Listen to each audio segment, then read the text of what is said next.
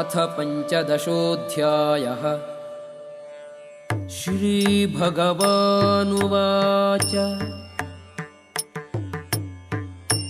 ऊर्ध्वमूलम् अधःशाखम् अश्वत्थं प्रावुरव्ययम् छन्दांसि यस्य पर्णानि यस्तं वेद स वेदवित्। The Supreme Personality of Godhead said, "It is said that there is an imperishable banyan tree that has its roots upward and its branches down, and whose leaves are the Vedic hymns.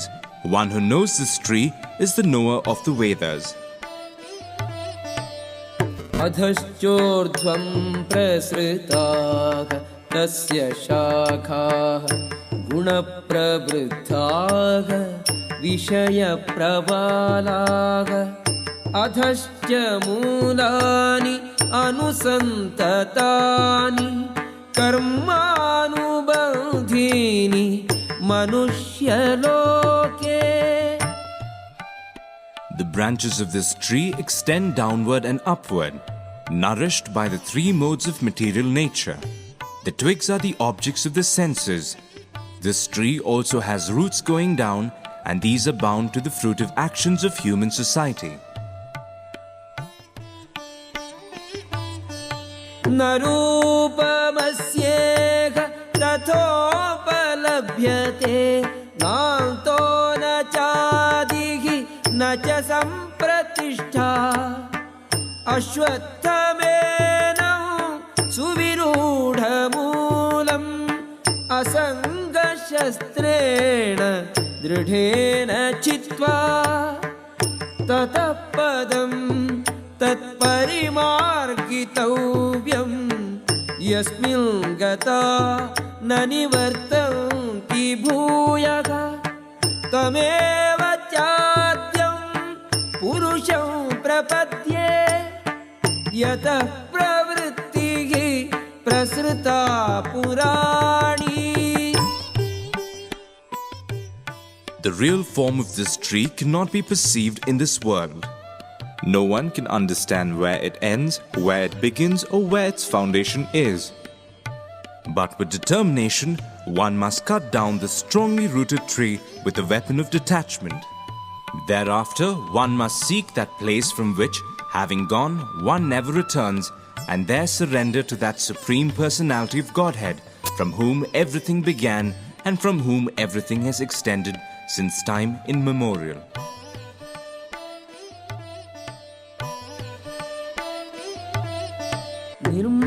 निर्मानमोह जितसङ्गदोषा अध्यात्मनित्या विनिवृत्तकामाः द्वन्द्वैर्विमुक्ताः सुखदुःखसंज्ञैः गच्छन्त्यमूढाः पदमव्ययं तत्।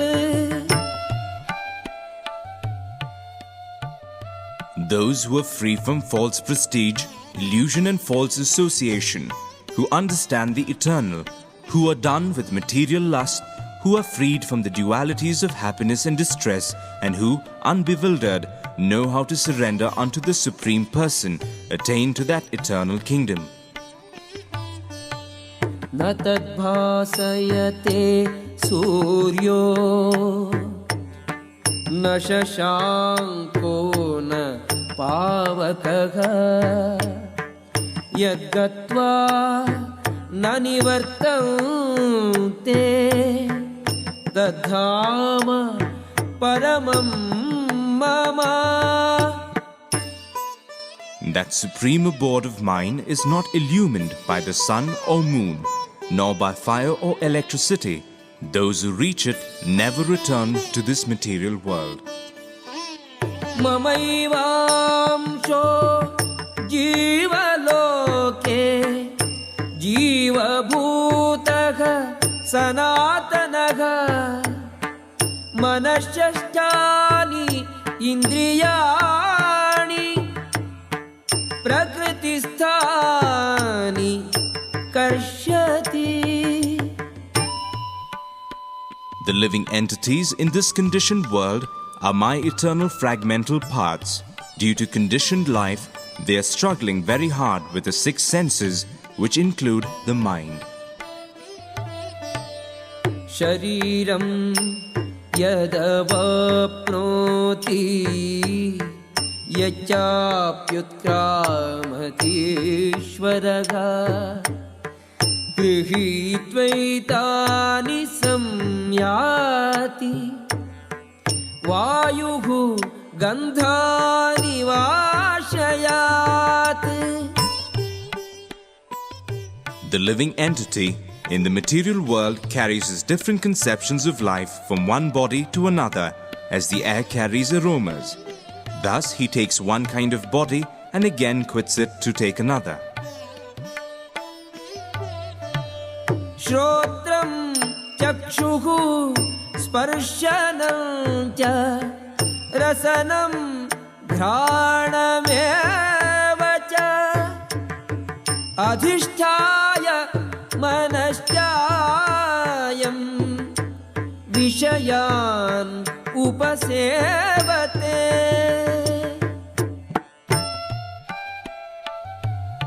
The living entity, thus taking another gross body, obtains a certain type of ear, eye, tongue, nose and sense of touch, which are grouped about the mind. He thus enjoys a particular set of sense objects. उत्क्रामन्तं स्थितं वापि भुञ्जानं वा गुणान्वितं विमूढानानुपश्यन्ति पश्यन्ति ज्ञानचक्षुषः. The foolish cannot understand how a living entity can quit his body, nor can they understand what sort of body he enjoys under the spell of the modes of nature. But one whose eyes are trained in knowledge can see all this. यतन्तो योगिनश्चैनं पश्यन्ति आत्मन्यवस्थितम् यतन्तोऽपि अकृतात्मानो नैनं पश्यन्ति अचेतसः. The endeavoring transcendentalists, who are situated in self-realization, can see all this clearly. But those whose minds are not developed and who are not situated in self-realization cannot see what is taking place, though they may try. यदादित्यगतं तेजो जगद्भासयते अखिलम् यच्चन्द्रमसि यच्चाग्नौ तत्तेजो विद्धि मामकम्. The splendor of the sun, which dissipates the darkness of this whole world, comes from me, and the splendor of the moon and the splendor of fire are also from me. गामाविश्य च भूतानि धारयाम्यहमोजसा पुष्णामि चौषधीः सर्वाः सोमो भूत्वा रसात्मकः. I enter into each planet, and by my energy they stay in orbit. I become the moon and thereby supply the juice of life to all vegetables. अहं वैश्वानरो भूत्वा प्राणिनां देहमाश्रितः प्राणापानसमायुक्तः पचाम्यन्नं चतुर्विधम्. I am the fire of digestion in the bodies of all living entities, and I join with the air of life, outgoing and incoming, to digest the four kinds of foodstuff. सर्वस्य चाहं हृदि सन्निविष्टो मत्तः स्मृतिर्ज्ञानमपोहनं च वेदैश्च सर्वैः अहमेव वेद्यो वेदान्तकृत् वेदविदेव चाहम्. I am seated in everyone's heart, and from me come remembrance, knowledge and forgetfulness. By all the Vedas, I am to be known. Indeed, I am the compiler of Vedanta, and I am the knower of the Vedas. द्वाविमौ पुरुषौ लोके क्षरश्चाक्षर एव च क्षरः सर्वाणि भूतानि कूटस्थो अक्षर उच्यते. There are two classes of beings, the fallible and the infallible. In the material world, every living entity is fallible, and in the spiritual world, every living entity is called infallible. उत्तमः पुरुषस्तु अन्यः परमात्मेति उदाहृतः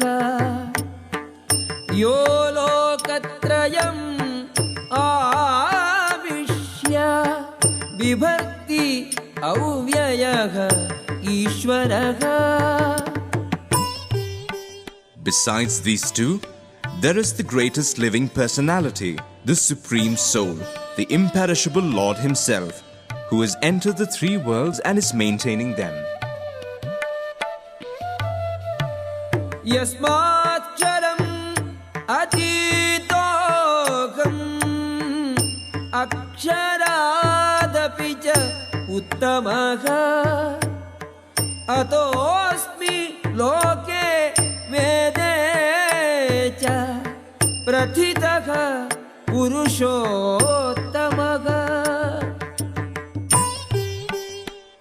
Because I am transcendental, beyond both the fallible and the infallible, and because I am the greatest, I am celebrated both in the world and in the Vedas as that Supreme Person.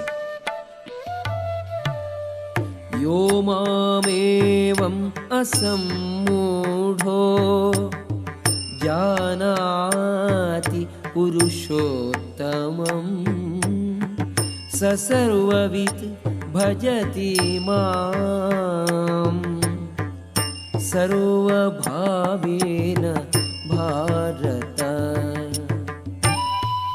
Whoever knows me as the Supreme Personality of Godhead, without doubting, is the knower of everything. He therefore engages himself in full devotional service to me, O son of Bharata. इति गुह्यतमं शास्त्रम् इदम् उक्तं मया नघ एतद्बुद्ध्वा बुद्धिमान् स्यात् कृतकृत्यश्च Bharata. This is the most confidential part of the Vedic scriptures, O sinless one, and it is disclosed now by me. Whoever understands this will become wise, and his endeavors will know perfection.